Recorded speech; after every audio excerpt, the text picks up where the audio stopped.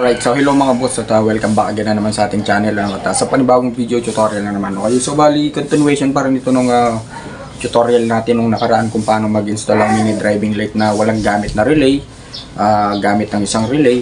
At bali yung ngayon, so gagamit tayo ng dalawang relay. And sa susunod, bali tatlong relay naman kasi lalagyan natin siya ng dual horn. Tapos tig-isang relay sa bawat mini driving light. And nandito pa rin yung ating mini driving light at yung ating battery. So nandito pa rin yung mga gamit natin. Ayun nga, tulad ng sabi ko. So bali tapos na tayo dun sa walang relay mga boss, ano, tapos dun sa isang relay. And bali ngayon, ayan, so meron tayong dalawang relay dito. Bumili ako ng dalawang relay with socket. So bali tuturuan ko kayo kung paano mag-install ng mini driving light gamit ang dalawang relay. So tag-isang relay kada mini driving light. And so yun, umpisa na natin. So eto na mga boss yung gamit natin, no? And naka-ready na yung mga gagamitin natin sa ating tutorial. And sa mga nagtatanong kung magkano nga ba yung nagastos natin sa pag-install ng mini driving light, all in all, no? So yung mini driving light natin, in-order natin sa Shopee or TikTok shop sa halagang 250 pesos. And kompleto na yan mga boss, ano. Ayan. So dalawang mini driving light at meron na siyang switch na kasama. 3-way switch. Ayan. So kung ayaw nyo naman gamitin to, pwede naman kayong gumamit ng 3-way switch na ibang brand or yung Domino. Basta 3-way switch. And ayun, so 250 pesos. Tapos syempre mag-install tayo ng mini driving light. Kailangan natin ng fuse at saka fuse box. At yung ating relay na dalawa. So tig-isang mini driving light. And gumastos tayo dito ng 300 pesos kasi 150 kada isa. So yun lang naman. And mga konting wires at saka electrical tape. Yun, so bali yun lang yung mga nagastos natin. So yan, at umpisa na natin yung ating video tutorial, ano. Ayan, kung hindi kayo familiar sa pag-install ng mini driving light mga boss, or kung wala kayong idea or kung first time nyo lang, so ang una nyo nga hanapin is ito, yung mga wires ng mini driving light. Ayan, so kung mapapansin nyo, dalawang wire yan. Meron siyang yellow, meron siyang red, at meron siyang black. So ganun din sa kabila. Yung dalawang wire na yan, pwede nyo na agad pagsamahin yan kasi itetest nyo pa lang naman muna kung alin yung mga wires ng kada ilaw dito. So for example, ayan, kung pagsamahin na natin yung dalawang yellow, so yung dalawang dilaw, yung dalawang pula, at yung dalawang kulay black. Yan. Ito mga boss, for beginner talaga. And step by step, if ever man na zero knowledge kayo or talagang wala kayong idea paano mag-install ng mini driving light. So napag-connect na natin yung tig-dalawang wire mga boss, ano. So bali ako, dahil alam ko na, take note mga boss, kapag ganito nga palang mini driving light yung binili nyo, automatic dito yung kulay black siya yung ground or negative. So kung mapapansin nyo dito sa battery natin, meron tayong negative sign dyan, ayan, minus, at meron tayong plus. So bali i-connect na agad natin yung black ng mini driving light dito. Ayan. So bali ganyan yung magiging setup nyan. So nakakonect na yung black ng ating mini driving light. Take note mga boss, ano, kapag ka mag-test kayo or mag-troubleshoot kayo ng ilaw or anumang klase ng ilaw, tandaan nyo, sa bawat kada ilaw, laging merong ground dyan, isang negative at positive. So yun yung tatandaan nyo. So nakonect na natin yung kulay black mga boss, ano. Test naman natin yung yellow at saka red. So tap lang natin yun sa positive para malaman natin kung anong ilaw nga ba yung iilaw kapag tinap natin to. So mapapansin nyo, yung yellow tinap natin sa positive, umilaw yung yellow ng mini driving light. Ngayon yung red naman ang itap natin, ayan, so kung mapapansin nyo, umilaw yung kulay white. So ibig sabihin yung red yung white, yung yellow is yung yellow. So ganun lang kasimple mga boss. Hindi na natin tatanggalin yan, ano. Ayun, so next naman mga boss, Dahil nga merong susian yung motor natin, ayan, meron din tayo naka-reading susian dito, ignition switch. So kung mapapansin nyo, 4 wires yan, isang green, black na may stripes na white, pure black at saka pure red. So ibinalot na natin ng electrical tape yung green at saka yung black na may stripes na white kasi hindi naman natin gagamitin yan. So yung gagamitin natin dito or yung hahanapin lang natin dito is yung red at saka yung pure black. So same lang din to sa mga 2 wires mga boss, ano. Sa mga 2 wires katulad ng Yamaha, so sa Yamaha 2 wires lang ignition switch nila.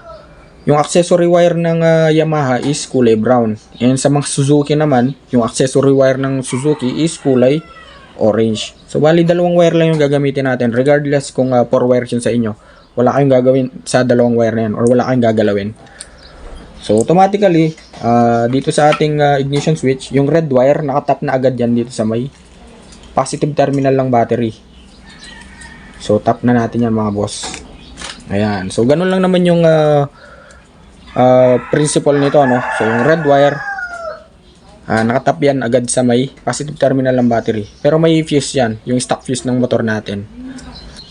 Ngayon kapag ka-on natin yung ignition switch, yung positive supply ng battery, lilipat lang yan dito sa may accessory wire na tinatawag. So ganun lang kasimple mga bossing. So tabi muna natin to. And dito na papasok yung 2 relay natin mga boss, ano. Yan. So buksan na natin. So ito na mga boss, ano. Nabuksan na natin. And kompleto na nga pala to, no. May socket na siya. At meron na siyang mga ground wire kasi pang busina yung binili natin. So pwede naman to pang mini driving light para plug and play na lang siya. So kung mapapansin nyo, may socket na rin siya. And meron na rin siyang bracket. So tabi muna natin. Ayan. So kapag binaliktad mo yung relay mga boss, merong number 30 yan, number 85, number 86, number 87 at number 87A sa gitna. So same lang din yun sa kabila. So lahat ng relay ganyan. So bali yung number 30, direkta yan dito sa positive terminal ng battery mga boss, ano. Lalagyan natin yung fuse. Yan, so para hindi na lang humaba. And ilagay na natin siya, no. Ayan.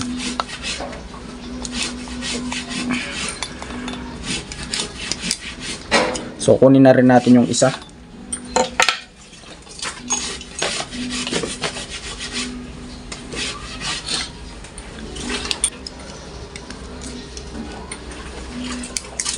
Ayan. So ayan. So nalagay na natin mga boss, ano. Ayan. So ibig sabihin yung 30 natin mga boss is itong kulay red. And kung di ako nagkakamali, ayan, 86 yung dito sa may, yan, balik rin natin. So 86 yung dito sa may kaliwa. And 85 naman yung sa may kanan. So sa relay natin kasi mga boss, kailangan natin ng positive at negative dyan, ano. Yung 86 at 85 natin, sila yung trigger natin. Tapos yung number 30, automatic tatakbo yan sa positive terminal ng battery with fuse. Tapos yung 87, ayan, kung mapapansin nyo, dalawa yung wire nyan kasi nga pambusina. Yung 87, tatakbo naman yan sa ating load. So cut muna natin to.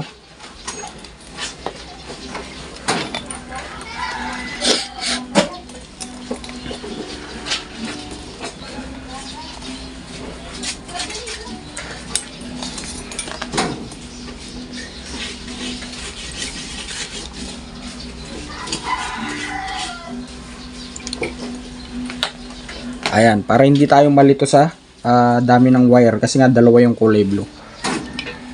Okay, so bali yung mangyayari mga bossing, dahil nga pambusina to, cut muna natin to.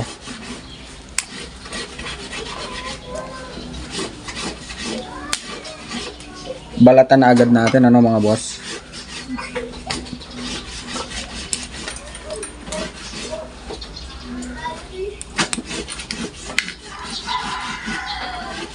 Yan, so dito hindi na natin ikakat, and dito hindi na rin natin ikakat So yung 87 lang yung ikakat natin. Yan. So bali ang mangyayari mga boss, yung dalawang 87 ng ating relay, yan yung i-connect natin dito sa may yellow at saka sa red. Sa red wire ng ating dalawang mini driving light. So pwede na natin ipag-connect yan mga bossing. Regardless kahit alin dyan mga boss ano. So yung isang blue, tap natin dito sa may yellow wire ng mini driving light.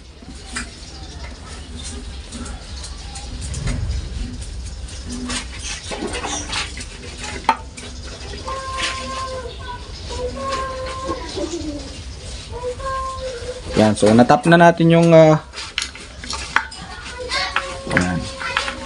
So natap na natin yung isang 87 ng isang relay sa yellow wire ng mini driving light. So itap naman natin yung isang 87 ng isang relay sa red wire ng mini driving light.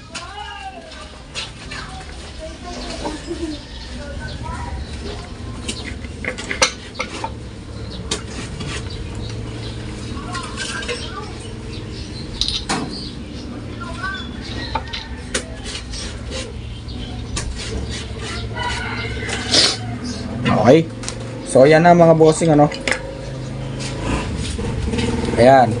So natap na natin yung isang 87 ng isang relay sa yellow wire ng ating mini driving light. Natap na rin natin yung isang 87 ng isang relay sa red wire na ating mini driving light. Ngayon, kukunin natin parehas dyan yung number 85. Hanapin natin yung number 85. Ayan. So bali itong kaliwa. So kaliwa, pares na kaliwa ng ating relay. So pwede na natin pagsamahin ulit, pwede na natin pagsamahin din yan mga boss ano. At itap natin yan sa negative. Kasama nitong negative ng mini driving light. Yan. So pwede na natin pagsama-samahin yan mga boss. Clamp natin dito yan sa may negative terminal ng battery.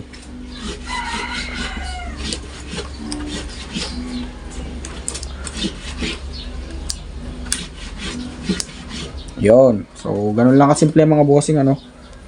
At nandyan pa rin yung mga wire na connected natin. Yon. So, next naman, take note mga boss, sa 85 at saka sa 86, pwede nga palang magkabaliktad yan ano. Pwedeng yung 86, yun yung itap natin sa ground or negative. Pwedeng yung 85, yun yung maging positive natin. So, reverse polarity yung dalawa na yan. And, nandito pa yung 30, yung dalawang 30 ng ating dalawang relay mga boss ano, pwede natin din pagsamahin yan. Yan, so pwede natin pagsamahin din yan. At dugtungan natin ng fuse. Yan, so yung fuse natin, meron na tayong fuse din dyan sa loob, meron na tayong fuse box. So 15 amps yung fuse natin. So pwede na nating pag-connect yung kabaan lang natin yung wire. Yan. So, pwede na nating ayan. So, pinag-connect na natin yan mga boss ano. Dahil tutorial lang to mga bossing, hindi ko na pinutol yan. And dahil hindi ko na binalutan ng electrical tape, baka sabihin ng iba napaka-unsafe natin kasi nga tutorial lang naman. Para hindi na ako magbakalas ng electrical tape at hindi na sayang. Ayun, so nalagyan na natin ng fuse yung ating dalawang 30 mga boss ano. Pinagsama ko na yung dalawang 30 at nilagyan natin ng fuse. So, isang wire ng fuse natin, itatap din natin yan sa may positive ng ating battery. Alright. So, natap na natin yung 30 mga boss sa ating positive terminal ng battery. Ano? Bali, next naman, kunin natin yung switch natin. So, andito na yung switch natin mga boss. Tulad yan yung sinabi ko, regardless kahit anong klaseng switch pa yan. Domino or what else. So basta 3-way switch siya. Pwedeng toggle, pwedeng 3-way switch na normal. So kung kayo lang naman din yung mag-install, so bili na kayo ng medyo matibay, like domino switch ganon. Okay, so dito naman sa ating 3-way switch mga boss, sa tatlong wire na yan, walang negative dyan ano, lahat yan is positive. So bali ang siste, yung isang wire dyan. So dahil ako alam ko na, yung kulay red natin, yan yung common or dyan papasok yung main supply. Pagkatapos, kapag pumindot ka ng switch, ibabato niya lang sa dalawang wire na yan. So papalit-palit lang. Yung isang wire dyan is yung yellow, yung isang wire dyan is yung white. So ganun lang yan mga boss. So dahil nga naglagay tayo ng ignition switch at may ignition switch yung motor nyo, hahanapin natin yung accessory wire ngayon ng ating motor mga boss, ano? So sa 4 wires, yung accessory wire ng 4 wires na ignition switch is itong kulay pure black. Sa Yamaha is kulay brown yung accessory wire, and sa Suzuki yung accessory wire is orange, no? So balik tayo sa topic. So itong red wire ng ating 3-way switch, i-connect na natin ngayon yan dito sa may accessory wire. Take note mga boss, accessory wire, napakaraming connected yan. Sanga-sanga na yan, ano? Pagka nilagay mo na sa socket yan, napakarami na sinusuplayan yan. Connected na dyan yung headlight, brake light, tail light, flasher, busina, starter, at iba pa. So dahil mag-install tayo ng mini driving light, so dyan natin i-connect yung common ng ating 3-way switch or yung main supply. Yan. So imagine, connected na yan mga boss, ano? Connected na yung red natin. Ngayon, itong dalawang wire na to mga bossing, so pwede na natin tong i-connect sa mismong relay natin, yung parehas na 86, sa tag isang 86, ano? Kasi nga yung relay natin kailangan ng trigger, so meron na siyang negative doon. Tinap na natin yung dalawang 85 sa negative terminal, tapos yung 30 ito tinap na natin sa may fuse, at yung fuse connected na sa positive terminal ng battery, at yung dalawang 87 kinonect na natin sa isang yellow, at yung isang 87 kinonect natin sa isang red ng mini driving light. So bali positive trigger na lang yung kailangan natin. So dito sa may ating dalawang relay, andyan pa yung 86 natin. Diyan na natin ngayon i-connect itong dalawang wire ng ating domino switch. So pwede na nating i-connect dyan. Yan. So try muna natin tong green sa isang 86. At itong black sa isang 86 naman. So try natin yan.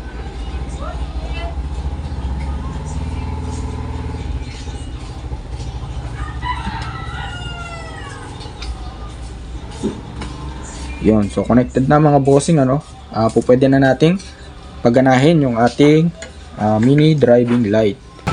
Yan mga boss, so pwede na nating i-on yung ating mini driving light. So on muna natin ignition switch, and andito na yung 3-way switch natin. So nasa inyo nga pala mga boss kung anong settings yung gusto nyo, ano?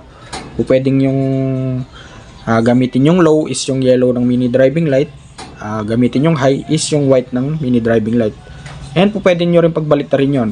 So pwedeng gamitin yung low is yung white, high naman is yung yellow. So dito hindi natin alam kung anong settings ba yung na-tap natin, pero pwede naman natin yung pagbaliktarin doon sa may 86. So try muna natin.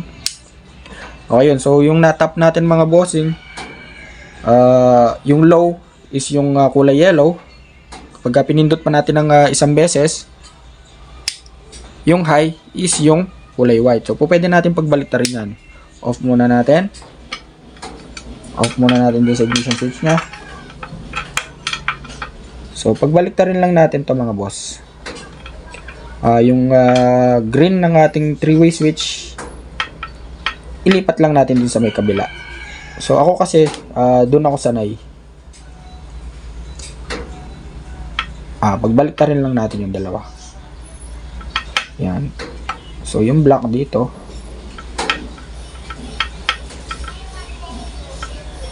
yun, at yung green naman dun sa may isa. So pinagpalit lang natin mga boss ng ano.